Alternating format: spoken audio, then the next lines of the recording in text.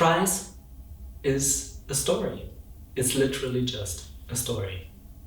A lot of people who are positioning themselves on the market tell me they won't pay for it. No, definitely not. That's just in your head.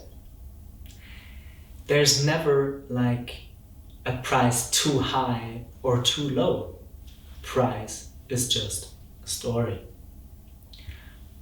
Look at luxury items, a perfume, for example.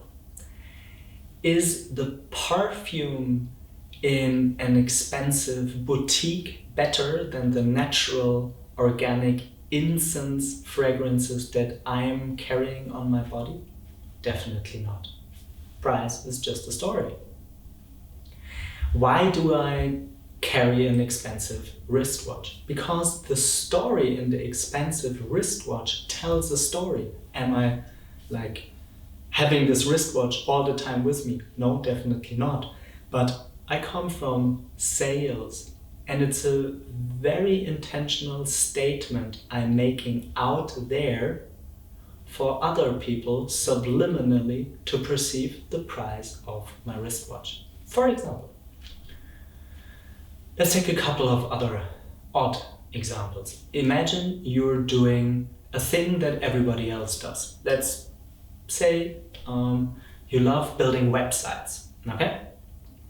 Why should you not ask for a very high premium price? Obviously only if you're really good at it, but you could charge double or 3 times or 5 times the price.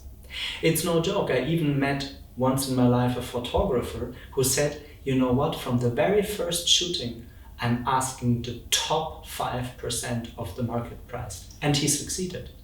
So again, here it's more about psychology.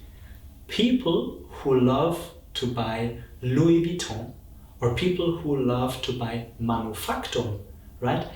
People who love to buy Manufaktum, which is very expensive, let's say sustainable, like a long living products, they definitely would never buy a cheap photographer. It's at least very unlikely, right? And the same is true for people who love to buy Louis Vuitton, right? They would never engage in a portrait session with a guy who's offering a cheap service or a product. So again, here, bottom line, it's not about saying you should always sell the maximum price, right? Price is just a story.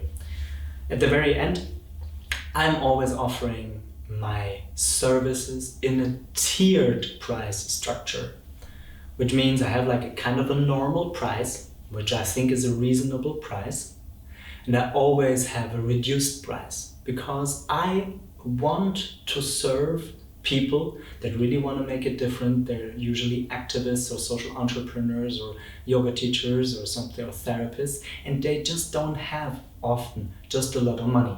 I have a normal price, and then I have like an abundance price. So I'm not shying away from like charging a premium price if people have like premium values. Why should somebody who, let's say, drives a Porsche or buys Louis Vuitton or has enough money to buy at Manufaktum, why should he or she not pay for exactly the same product or service more than somebody else?